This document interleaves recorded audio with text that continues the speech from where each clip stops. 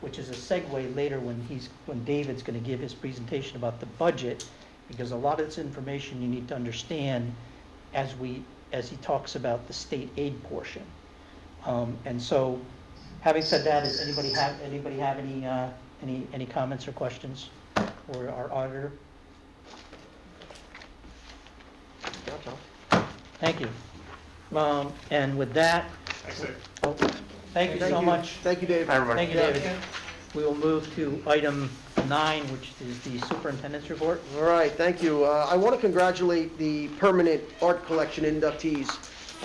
Great ceremony before the board meeting, and you'll see over to my right that the last year's permanent art collection hung for a year, actually, geez, probably 3 years now, right? Because we haven't had it the past 2 years.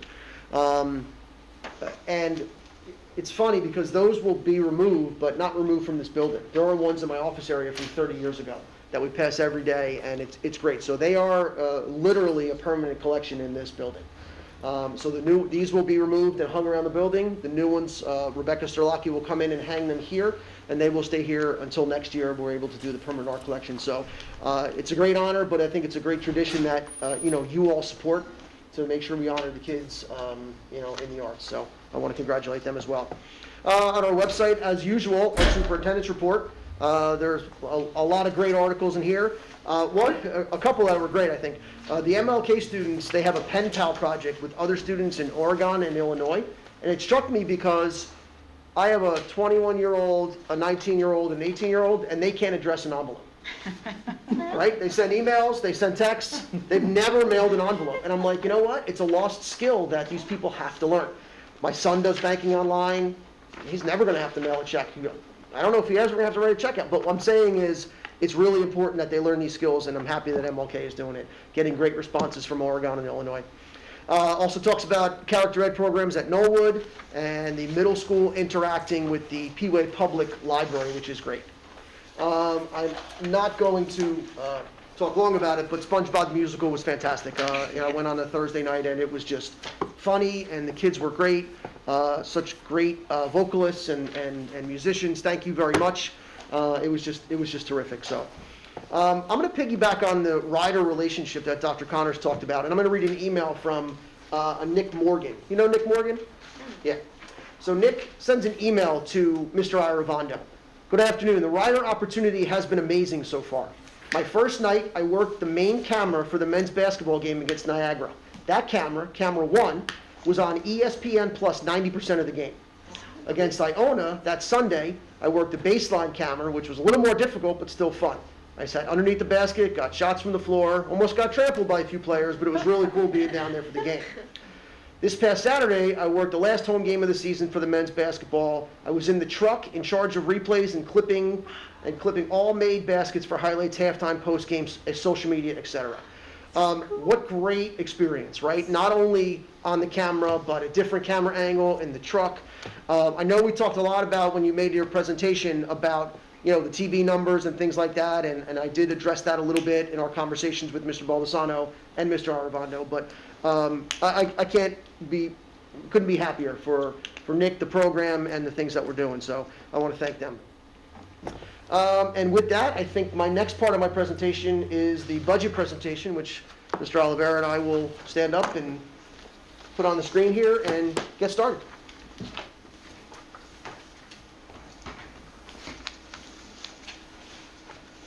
Yes, no, one light? Yeah, one off, I think's good. Yeah? Can you all see the, David's going to pass out the presentation. Big packet.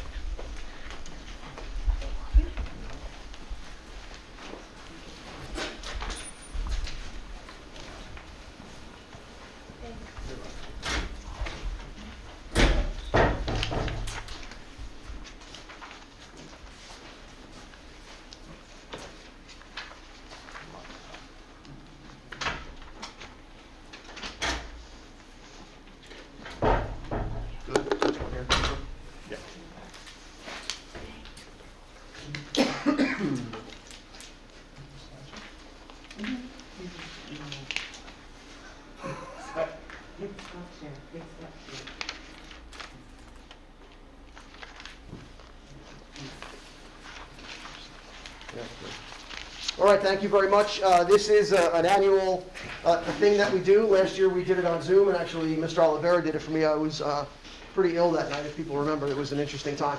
So we'll do the 2023 preliminary budget presentation. We'll go through the things that are in your presentation that you have on your desks.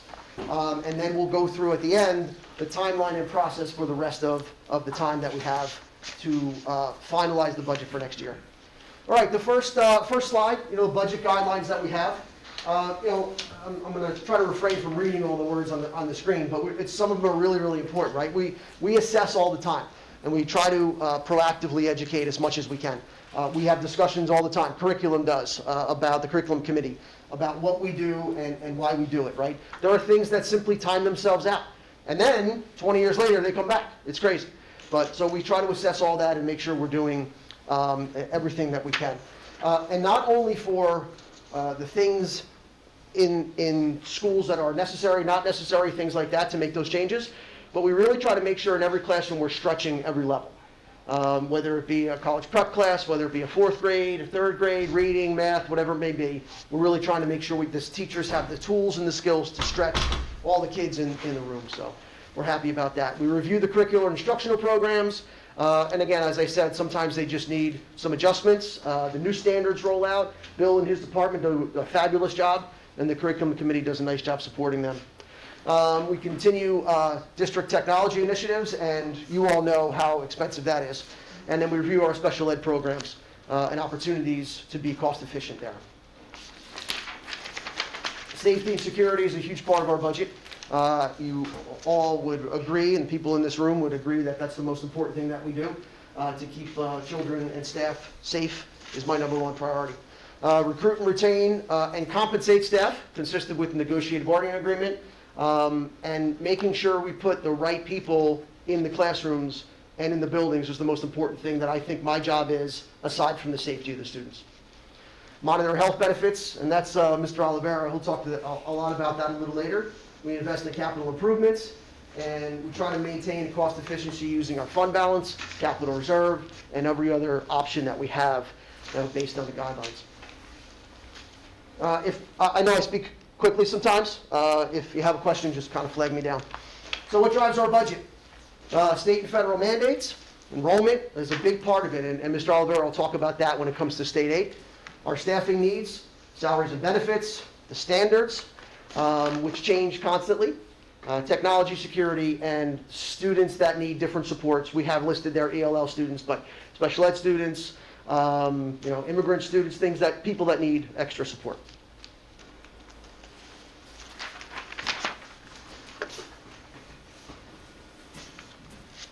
Okay. So my slides get pretty heavy, so I'll do the best I can to keep you engaged. This one's easy, though. Sources of revenue. Where do we get the money that we need to fund all these programs that we offer to the students of Piscataway?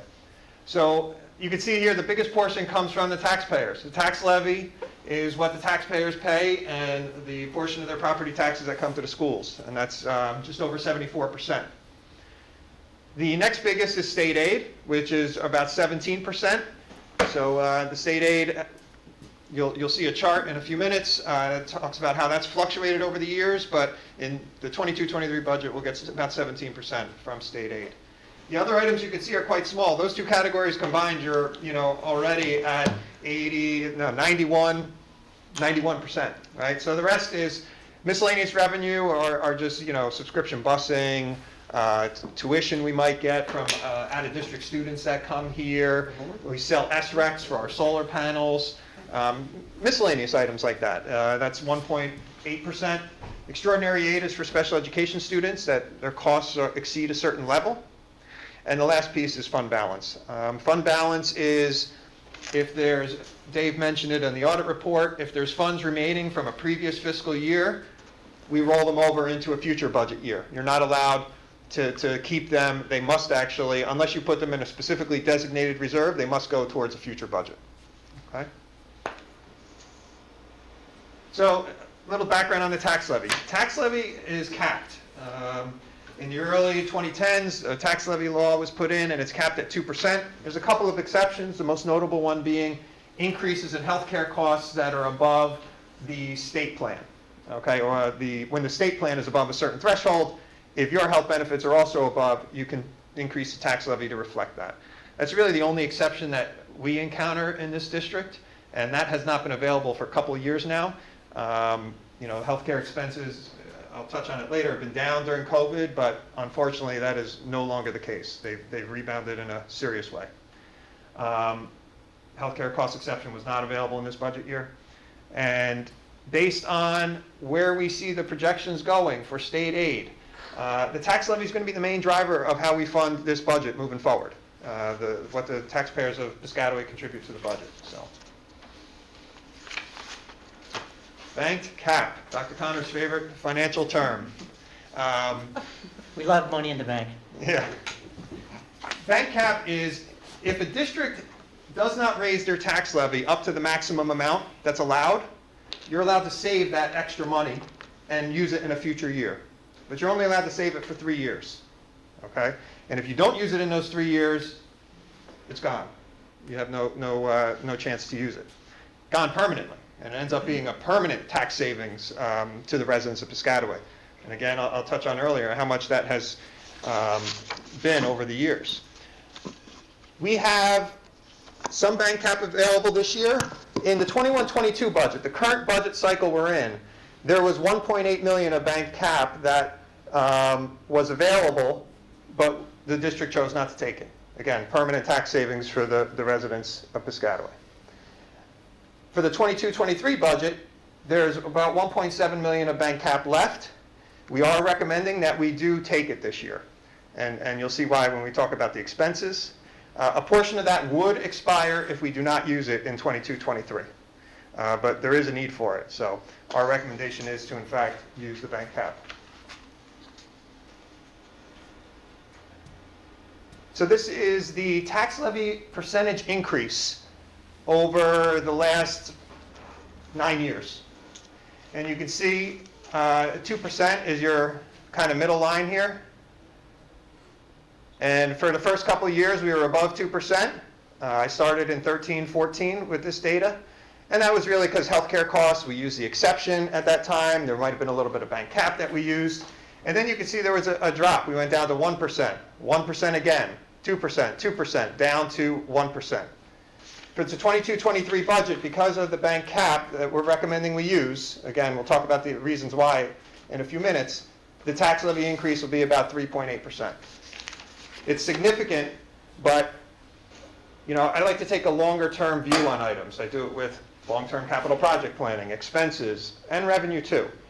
And when you look at this whole range of years here, the average tax levy increase percent would be, for the taxpayers, would be 2.1%. Okay?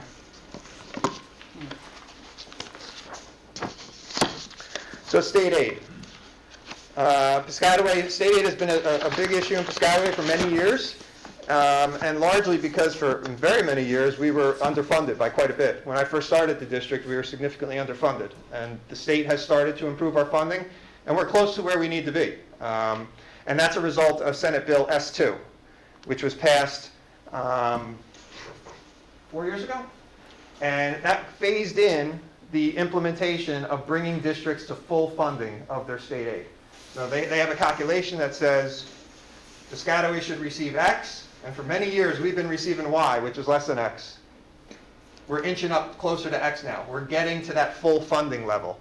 And that's why earlier I talked about when you're at full funding, you can't really expect increases from state aid. So that means to cover your expenses that keep going up, it has to come from the tax levy. Okay? We've gotten an increase every year since 2015, 2016. But one of the reasons why our state aid is leveling off and we're approaching the level is enrollment. Dr. Connors mentioned enrollment in the audit report. I'll have a slide on it.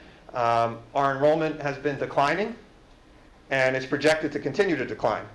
So that's why I like to think ahead and try and plan for this, because enrollment impacts us in a lot of different ways. Here's kind of a few years of state aid history here. Going all the way back to 2009, 2010, we were at $16.8 million, and Thankfully, I was not the BA here in 2010, 2011. You know, the district really suffered, $5 million worth of cuts. I was here. Yeah. But it wasn't just Piscataway, that was a statewide issue. The cuts to the state aid affected all the school districts across the state. But as you can see, since then, in the intervening 10 years, we've inched back up to 21.1 million. In the current budget year, 21.6 million. And the state aid figures, which were just released today, the governor gave his address on Tuesday, 2 weeks later than normal, and we got the figures today. And that's why I was able to slot them in and wrap up this presentation. And we moved up to about 22.4 million. If we were to get full funding, according to the formula, we would get 22.9 million, almost 23 million total. So you can see we're not far away. We're only $600,000 underfunded. Okay? Which, if the formula continues, if our state aid stays at that same level over the next 2 years, maybe $300,000 increase each year. But all that's dependent on the calculation and, frankly, how much money the state of New Jersey has. Can I just say Yeah, go something ahead, just Tom. real quick? As chair of the fiscal planning for Piscataway, but also as the chairperson for the New Jersey School Boards Association School Finance Committee, I got involved in that just because of this chart that you see that Piscataway lost $5 million back 2009, 2010, and it was just rough, really rough, to build it back. But there's a state formula that's a simple mathematical formula when you step back from it that is basically the difference between enrollment, your adequacy budget of how much it costs to educate them, and basically how rich your town is, called local share. And we were so far behind the 8 ball, as David pointed out, that we thought it was going to take years.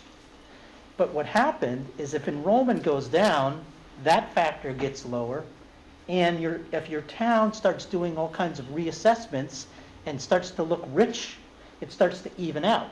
So we are getting closer to being at adequacy with possibly no increases in state aid because of those two factors.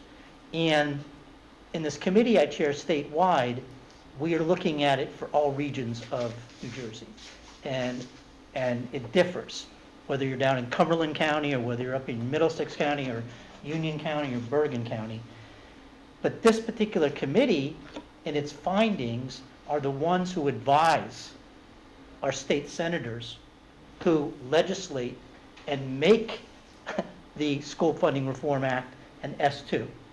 We're very fortunate in Piscataway because David is the legislative committee representative to the New Jersey ASBA, which is the Administrative Supervisors Association, and I'm for New Jersey School Board's legislative committee from this district.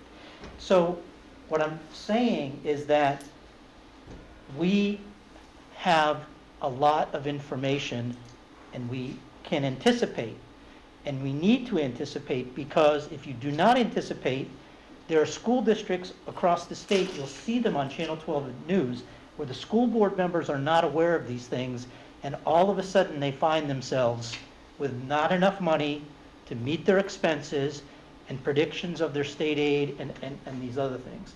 So kudos to you, David. I just wanted to say that. Piscataway, we fought back over the last decade to see where we were from 11 million up to 23 million, and it just takes people involved, engaged, getting the right information, talking to advocating to our legislatures, and that's how it came about. Thank you, Tom. This chart here just demonstrates state aid as a percentage of our budget. You can see we dipped down to about 14.5%, and we've climbed up to about 17%, which, you know, will probably be around the 17% threshold for a couple of years, all things considered. But, you know, if our enrollment continues the way it is and state aid is going to be flat as a result, then obviously as the budget grows and state aid doesn't grow, that'll start trickling downward again. Okay? So I mentioned earlier about how we were underfunded in state aid. So where did that comment come from? So on the state aid sheets that are released to the school districts, they calculate what they call uncapped aid.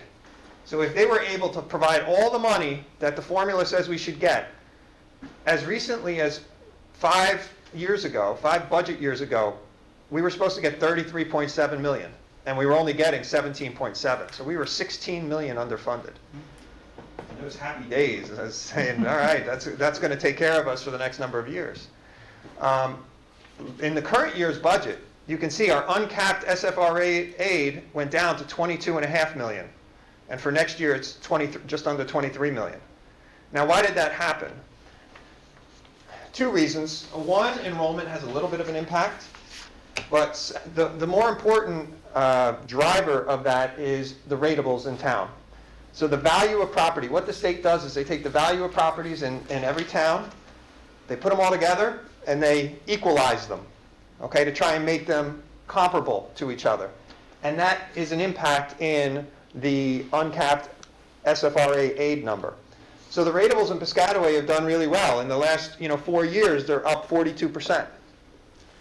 So that has driven the calculation, which decreases how much aid we're supposed to get, because what the formula does is it says, wait a minute, your properties are worth this, so the taxpayers must have more money, so they should be contributing more towards the budget.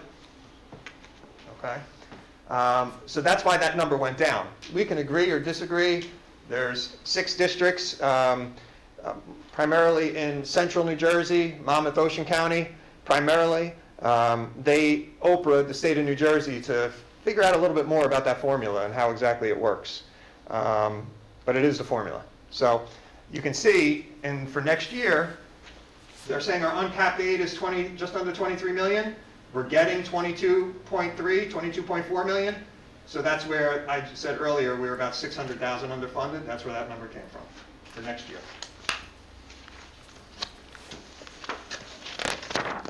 If I can just add one comment, that it's been the perfect storm, because once they capped it at 2% to raise the tax levy, inevitably you were going to get there. So at some particular point, which is coming up soon, where can you get your money, which, as David is saying, is from property taxes, but it's capped at 2%. So that's why we're heading into an area where we're finally going to get balanced out, and it's going to be interesting how it plays out the next couple of years. So this is another slide where it gets really wonky. You really got to get into the data here. So let me tell you the key points of it. Equalization aid is meant to bridge the gap between what the state says we should be spending and how much the taxpayers should be paying of that total budget. So for 22-23, the state's calculation is that our budget should be $120 million. They're saying that our taxes should contribute $109 million towards that. And the state aid the equalization aid, which is only one portion of state aid, but the equalization aid should be $11 million. What's the reality of our budget? Our actual adequacy spending is $111 million, and the taxpayers are paying only $98.6 million for next year, assuming we take the bank cap like I talked about earlier. So you can see, according to the state's formula, we're about $10.5 million under what we should be taxing to support this budget. That's their calculation. We couldn't get there if we wanted to, not certainly in one fell swoop. And that's what a lot of districts are facing. There's districts that those are tens of millions that they're behind, 20, 30 million, and they have no way of getting there because of the tax levy cap. They can't get there on their own. So that's the key points out of this slide. The state formula says, hey, we're still not taxing enough to support our budget.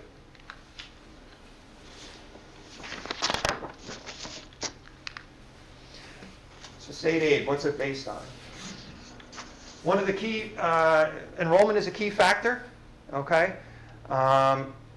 They calculate enrollment the state aid based on total enrollment's a factor, but also are what they call at-risk students, which are low-income students. When we talk about food services, we talk about our free and reduced students, okay? All the same, they're all talking about the same set of students. So what's contributed to our decline in equalization aid? Total enrollment, our free and reduced student enrollment, particularly in 21-22, but as you'll see, we did quite well for 22-23. And the ratables, I talked about the ratables earlier. Here's our enrollment projections, a different version of the table that Dr. Connors referenced in the audit report. You can see the downward trend here from 16-17. We were over 7,200 students, and for 2 years in a row, we are at about 6,800. And that's projected to continue to decrease down to as low as 6,300 potentially in the next 5 years. So, Dave, where does that calculation come from, projection of that? so we engage a demographer, not necessarily every year, but every other year or so, and they base it on birth rates.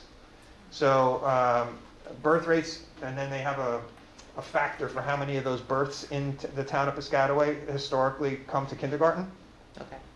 And then there's, retainment percentages, so you have a kid who comes in kindergarten and they project how many are going to stay for first grade and second grade and third, and you get new people coming in, and Right. so there's a ratio for each grade level. But with all the building that's going on, with all the new apartments, is that factored into it as well, or somewhat, or not? It is, so part of the demographer's study, they go to the township and they, get information about what's being built, what's been completed, potentially even look at what's in the cards.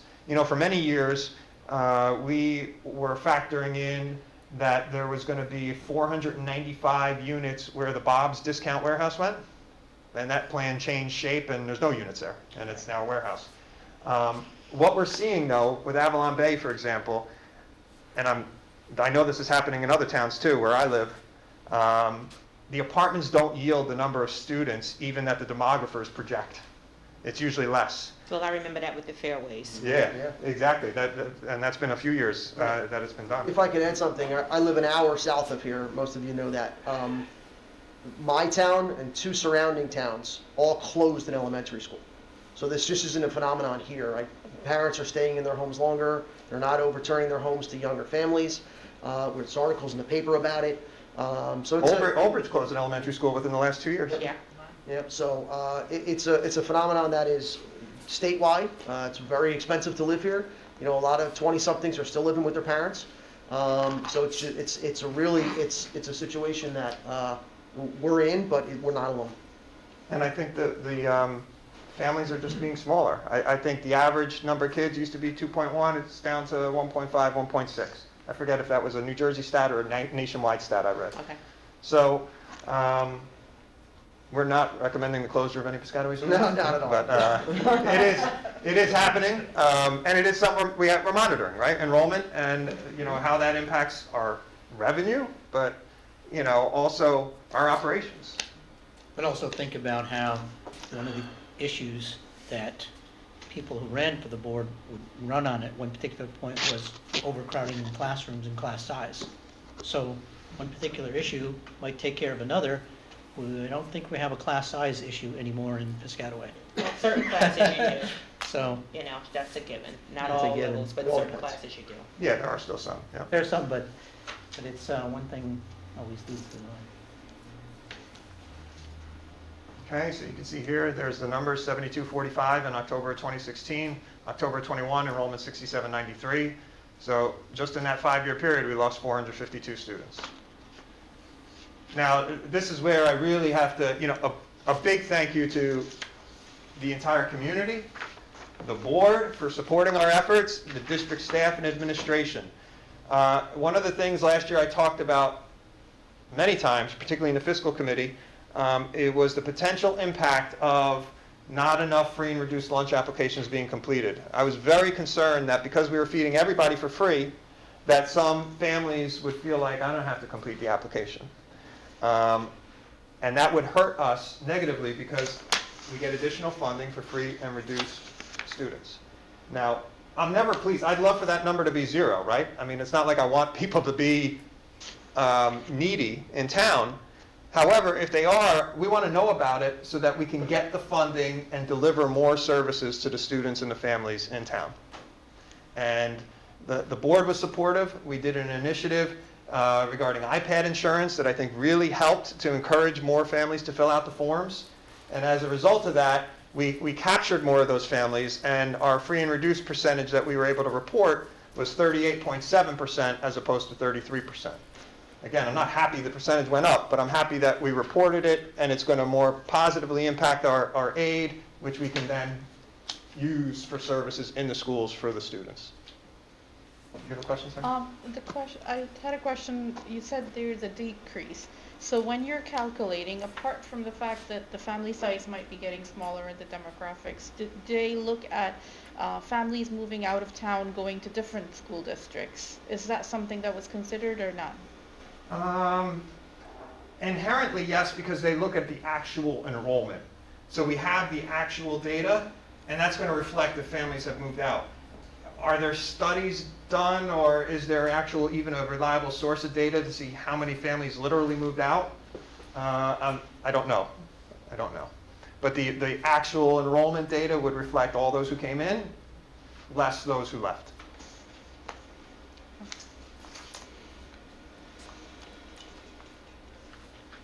Ratables, I've used that word a few times.